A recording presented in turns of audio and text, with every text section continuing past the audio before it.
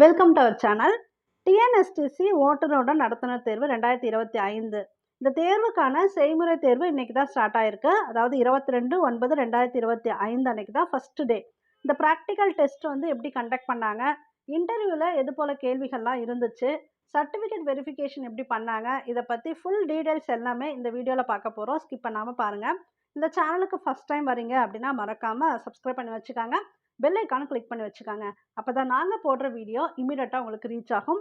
முக்கியமாக இந்த வீடியோவில் நீங்கள் என்ன தெரிஞ்சுக்கணும்னா, எதெல்லாம் சரியாக எடுத்துகிட்டு போகணும்னு பார்த்துக்கங்க. ஏன்னா சில விஷயங்கள் சரியாக இல்லைன்னா கண்டிப்பாக ரிஜெக்ட் பண்ணுறாங்க, ஸ்பாட்லேயே ரிஜெக்ட் பண்ணுறாங்க. அதனால் இதெல்லாம் தெளிவாக தெரிஞ்சுக்கிட்டு போங்க. இப்போ ஒரு ஒரு விஷயமா பார்த்தலாம். ஃபஸ்ட்டு வந்து உங்களுக்கு சர்டிஃபிகேட் வெரிஃபிகேஷன் இருக்கும். சர்டிஃபிகேட் வெரிஃபிகேஷனுக்கு உங்களுக்கு இப்போ 9:45க்கு வர சொல்லியிருக்காங்க இல்லையா? ஸோ நீங்கள் ப்ராக்டிக்கலுக்குமே தயாராக தான் போயிடுவீங்க. அப்போ மார்னிங் வந்து ஃபுட்டு சாப்பிட்டுட்டு போயிடுங்க. ஏன்னா உங்களுக்கு அதுக்கப்புறம் டைம் கிடைக்காது. ஏன்னா ஆஃப்டர்நூன் வரைக்குமே உங்களுக்கு சர்டிஃபிகேட் வெரிஃபிகேஷன் இருக்கு. ஆஃப்டர்நூனுக்கு அப்புறம் தான் உங்களுக்கு செய்முறை தேர்வு, ப்ராக்டிக்கல் டெஸ்ட் போகிற மாதிரி இருக்கு. அதனால மார்னிங் ஃபுட்டு ஸ்கிப் பண்ணாமல் சாப்பிட்டுட்டு போயிடுங்க. சர்டிஃபிகேட் வெரிஃபிகேஷன் பொறுத்த வரைக்கும் ரொம்ப ஸ்ட்ரிக்டாக ஃபாலோ பண்ணுறாங்க. அதனால அவங்க என்ன சர்டிஃபிகேட்ஸ்லாம் கேட்டாங்களோ, எந்த ஃபார்மேட்டில் கேட்டாங்களோ அது எல்லாமே தெளிவாக எடுத்துகிட்டு போயிடுங்க. அது ரொம்ப முக்கியமானது. சர்டிஃபிகேட் சரியா இல்லைன்னா உங்களை வந்து ரிஜெக்ட் பண்ணுறதுக்கு நிறைய வாய்ப்பு இருக்குது. மெயினாக பார்த்தீங்கன்னா உங்களோட அப்ளிகேஷன் கேட்டிருப்பாங்க இல்லையா? அந்த அப்ளிகேஷனில் ஒரு நேமோ இல்லை உங்களோட 10th சர்டிஃபிகேட்டில் ஒரு நேம், இது போல் நேம் மாறி மாறி இருந்தால் கண்டிப்பாக ரிஜெக்ட் பண்ணுறதுக்கு வாய்ப்பு இருக்குது. ஸ்பாட்லேயே கூட பண்ணுறாங்க. அதனால் நேம் வந்து கரெக்டாக இருக்கா அப்படிங்கிறத செக் பண்ணிக்கோங்க. இது ஒரு முக்கியமான விஷயம். இதில் அவங்க physical fitness certificate, hearing certificate, eye certificate இதெல்லாம் கேட்டிருப்பாங்க. இருந்தாலுமே அங்கே வந்து இண்டிவிஜுவலாக செக் பண்ணுறாங்க. அதாவது அவங்க கொடுத்துருக்கக்கூடிய ஹைட்டு, அவங்க கொடுத்துருக்கக்கூடிய வெயிட் இருக்காங்கிறத இண்டிவிஜுவலாகவே பார்க்குறாங்க. ஸோ அந்த பர்டிகுலர் ஹைட்டு, வெயிட் இருக்கணும். தென் உங்களுக்கு வந்து கண்ணாடி போட்டிருக்கக்கூடாது. ஏன்னா சில பேர் மெசேஜ் கேட்டுட்டு இருந்தீங்க. கண்ணாடி போட்டிருந்தா ரிஜெக்ட் பண்ணுறாங்க. அதுக்கு வந்து வாய்ப்பு இருக்குது. அதனால் அது பார்த்துக்கங்க. அது மட்டும் இல்லாமல் இப்போ ஐ விஷன் சர்டிஃபிகேட் அவங்க கொடுத்துருந்தா கூட, டாக்டர்ஸ் கொடுத்துருந்தாலும் சில ஜோன்ல இண்டிவிஜுவலா செக் பண்றாங்க. அதாவது எப்படின்னா, அதுக்கு ஒரு புக் மாரி வச்சிருக்காங்க. நம்பர் வந்து பிளர்ரா எழுதிடுறாங்க. அந்த நம்பர நீங்க வந்து கரெக்ட்டா சொல்றீங்களா, இல்லையா அப்படிங்கிறத செக் பண்றாங்க. ஸோ, ஐ விஷன் பார்க்கறதுக்கு அவங்க சில டெஸ்ட்லாம் வச்சிருக்காங்க. ஸோ, ஐ சர்டிஃபிகேட் பொறுத்தவரைக்கும் தெளிவா பார்த்துக்கங்க. ஐ விஷன் ரொம்ப முக்கியம். கண்ணாடி போட்டிருக்க கூடாது. அவங்க குடுக்கக்கூடிய அந்த டெஸ்ட்ல நீங்க வந்து பாஸ் ஆகணும். அப்பதான் வந்து நீங்க அடுத்த டெஸ்ட் லெவலுக்கு போக முடியும். அத செக் பண்ணிக்கங்க. ஸோ இந்த சர்டிஃபிகேட் வெரிஃபிகேஷன் அப்பயே சில பேருக்கு இன்டர்வியூ மாரி சில கேள்விகள் கேட்டிருக்காங்க. சில பேருக்கு வந்து சர்டிஃபிகேட் கன்டினியூஸா வெரிஃபை பண்ணிட்டு, அப்புறம் ப்ராக்டிகலுக்கு கொண்டு போயிட்டாங்க. இப்ப இன்டர்வியூல எந்த போலலாம் கேள்விகள் கேட்டாங்க அப்படிங்கிறத பார்த்தரலாம். இன்டர்வியூ பொறுத்தவரைக்கும், நீங்க வந்து என்ன வண்டி ஓட்டிட்டு இருந்தீங்க? நம்ம முன்னாடியே சொல்லியிருந்தோம் இல்லையா? இப்ப என்ன வண்டி ஓட்டிட்டு இருக்கீங்க? அத பத்தி ஜஸ்ட் கேட்டிருக்காங்க. அதுக்கப்புறம் வண்டி எடுக்கும்போது எப்படி எடுப்பீங்க? நிறுத்தும்போது என்ன ப்ரொசீஜர்லாம் ஃபாலோ பண்ணணும்? இப்ப வண்டி எடுக்கும்போது எப்படி ஸ்டார்ட் பண்றதுக்கு முன்னாடி என்னலாம் செக் பண்ணுவீங்க? அதெல்லாம் கேட்டிருக்காங்க. சில பேருக்கு கண்டக்டர் பத்தி சில கேள்விகள் கேட்டிருக்காங்க. கண்டக்டரோட ரோல் என்னன்னு தெரியுமா? அவங்க பஸ்ல என்ன பண்ணுவாங்க? அவங்களுக்குன்னு இருக்கக்கூடிய ஒர்க் என்ன? அப்படிங்கிறத கேட்டிருக்காங்க. தென் ஒரு பர்ட்டிகுலர் சிச்சுவேஷன்ல வந்து எப்படி நீங்க ரியாக்ட் பண்ணணுங்கிற மாரி கேள்வி கேட்டிருக்காங்க. அதாவது எப்படின்னா, இப்ப நீங்க ஒரு தேசிய நெடுஞ்சாலையில வண்டி ஓட்டிட்டு இருக்கீங்க. திடீர்னு வந்து வண்டி பிரேக் டவுன் ஆயிடுச்சு. அடுத்து நீங்க என்ன பண்ணுவீங்க? அத வந்து எப்படி ரெக்கவர் பண்றது? அடுத்த உங்களோட சொல்யூஷன் என்னவா இருக்கும்? திடீர்னு பிரேக் டவுன் ஆயிடுச்சுன்னா, என்னென்னலாம் பண்ணணும்? அப்படிங்கிற மாரி கேட்டிருக்காங்க. அது மட்டும் இல்லாம இப்ப ரோட்ல நீங்க வண்டி ஓட்டிட்டு இருக்கீங்க. சைட்லயே ஒரு பெர்சன் நியர்பை உங்க பஸ்ஸுக்கு நியரா போயிட்டுருக்காங்க. அப்ப என்ன பண்ணுவீங்க? அப்படின்னு கேட்டிருக்காங்க. ஜஸ்ட் ஹார்ன் அடிக்கணும். நல்லாவே வந்து ஹார்ன் நம்ம அடிக்கணும். அதெல்லாம் வந்து அந்த ப்ராக்டிகலா எப்படி சொல்வீங்க? அப்படின்னு கேட்கறாங்க. இன்டர்வியூல கேட்கறாங்க. அப்புறம் ரெயின் அதிகமா இருக்கும்போது, ஃபாக்லாம் அதிகமா இருக்கும்போது என்ன லைட் யூஸ் பண்ணுவீங்க? இந்த ஃபாக் லைட் வந்து கண்டிப்பா யூஸ் பண்ணணும் இல்லையா? அது வந்து நீங்க சொல்றதுக்கு தெரிஞ்சிருக்கணும். திடீர்னு வந்து ஒரு மேன் கிராஸ் ஆகுறாங்க. நீங்க வண்டி வந்து எடுத்து போயிட்டுருக்கீங்க. திடீர்னு ஒருத்தவங்க யாராவது கிராஸ் ஆகுறாங்க. அப்போ உங்களோட ரியாக்ஷன் எப்படி இருக்கும்? அப்படின்னு கேட்டிருக்காங்க. அப்ப நீங்க என்ன பதில் சொல்லணும்?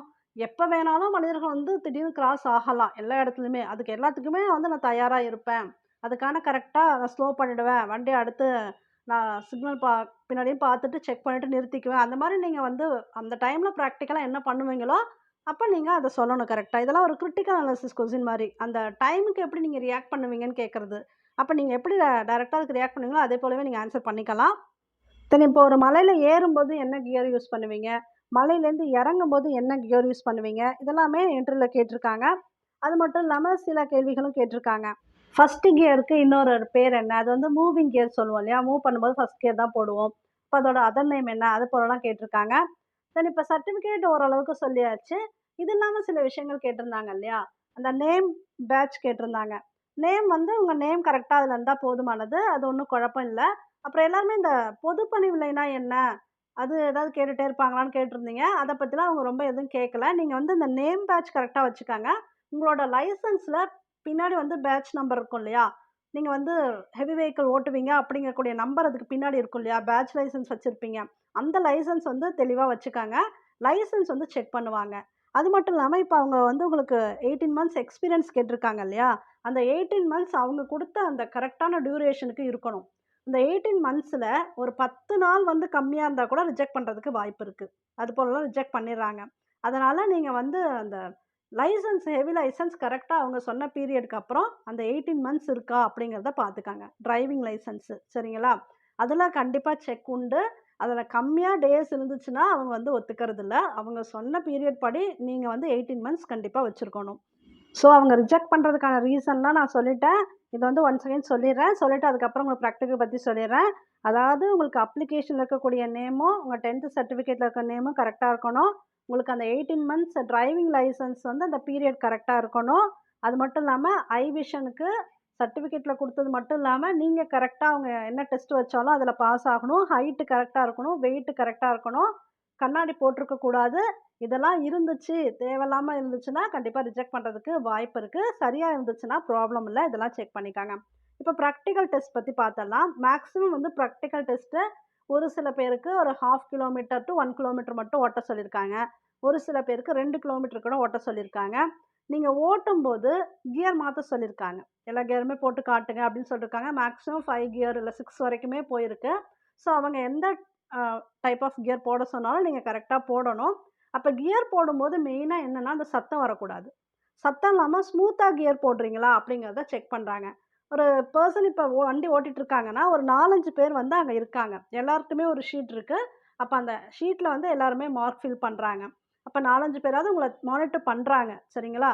அதனால ஒவ்வொருத்தவங்களுமே உங்கள செக் பண்றதுனால, நீங்க எது பண்ணாலும் ப்ராப்பரா பண்ணணும். அவங்க உங்கள கொஸ்டின் கேட்கறாங்களோ, இல்லையோ, நீங்க வண்டி ஓட்டும்போது என்னலாம் பண்ணுவீங்களோ, ஹேண்ட் சிக்னல் தேவைப்படுற இடத்துல ஹேண்ட் சிக்னல் போடலாம். அப்புறம் நீங்க ரைட் டர்ன் போறதுக்கு சிக்னல் குடுக்குறீங்க, லெஃப்ட் டர்ன் போறதுக்கு சிக்னல் குடுக்குறீங்க. அதெல்லாம் நீங்க ஆட்டோமேட்டிக்கா பண்ணிக்க வேண்டியது தான். அவங்க வந்து நீங்க சிக்னல் குடுங்கலாம் சொல்ல மாட்டாங்க. அவங்க ஜஸ்ட் மானிட்டர் பண்ணுவாங்க. நீங்க குடுக்குறீங்களா, இல்லையாங்கிறத பார்ப்பாங்க. யாராவது சைட்ல போறவங்க வந்தா ஜஸ்ட் நீங்க ஹார்ன் குடுக்கலாம். அதெல்லாம் அவங்க செக் பண்ணுவாங்க. கியர் வந்து ஸ்மூத்தா போடுறீங்களா இல்லையான்னு செக் பண்றாங்க. சில பேருக்கு சில ஜோன்ல வந்து ரிவர்ஸ் எடுக்க சொல்லியிருக்காங்க. ரிவர்ஸ் கியர் போட்டு ரிவர்ஸ்ல கொஞ்சம் தூரம் போங்க அப்படின்னு வந்து செக் பண்ணியிருக்காங்க. அது நடக்குது. மேக்ஸிமம் வந்து 5 கியர்ஸ் வரைக்கும் எல்லாருமே போட்டு தான் வண்டி ஓட்டி காட்டுறாங்க. நீங்க வந்து முன்னாடி எந்த வண்டி ஓட்டிருந்தாலும் ஓகே. ப்ராப்ளம் இல்ல. நீங்க வந்து ஹெவி வெஹிக்கிள் லைசென்ஸ் எடுத்திருப்பீங்க. அதனால ஹெவி வெஹிக்கிள் ஓட்டியிருந்தாலும் சரி, இல்ல வேற ஏதாவது வண்டியில நீங்க ஓட்டியிருந்தாலும் சரி, ஆனா கண்டிப்பா எல்லாருமே வந்து அங்க குடுக்கக்கூடிய வண்டிய ஓட்டி காட்டணும். அது வந்து கம்பல்சரி. அதுக்கு தகுந்த மாரி நீங்க வந்து தயாரா போகணும். நீங்க கண்டிப்பா வண்டி அங்க போய் ஓட்டணும். அத பார்த்துக்கங்க. இப்ப வண்டி ஸ்டார்ட் பண்றது போலவே, ஸ்டாப் பண்ணும்போதும் சில சிக்னல்லாம் குடுத்து தான் ஸ்டாப் பண்ணுவோம். ஸோ அதுவுமே நீங்க வந்து கரெக்ட்டா ஃபாலோ பண்ணிக்கங்க. அவங்க வந்து பிராக்டிகல பொறுத்தவரைக்கும் உங்கள நெறைய கேள்விகள்லாம் கேட்கறதில்ல. சரிங்களா? ஜஸ்ட் வாட்ச் பண்றாங்க. ஆனா வாட்ச் பண்ணும்போதே நீங்க எந்த அளவுக்கு கரெக்ட்டா ஸ்டார்ட் பண்ணி, அத மூவ் பண்ணிட்டு எல்லா கியரும் மாத்திட்டு, ஸ்டாப் பண்ற வரைக்கும் ப்ராப்பரா ஸ்டாப் பண்றீங்களா வண்டிய? அப்படிங்கிறத ஒரு 4 ஆர் 5 மெம்பர்ஸ் செக் பண்ணி மார்க் போடுறாங்க. அதனால முழுக்க முழுக்க பிராக்டிகல் உங்க கையில தான் இருக்கு.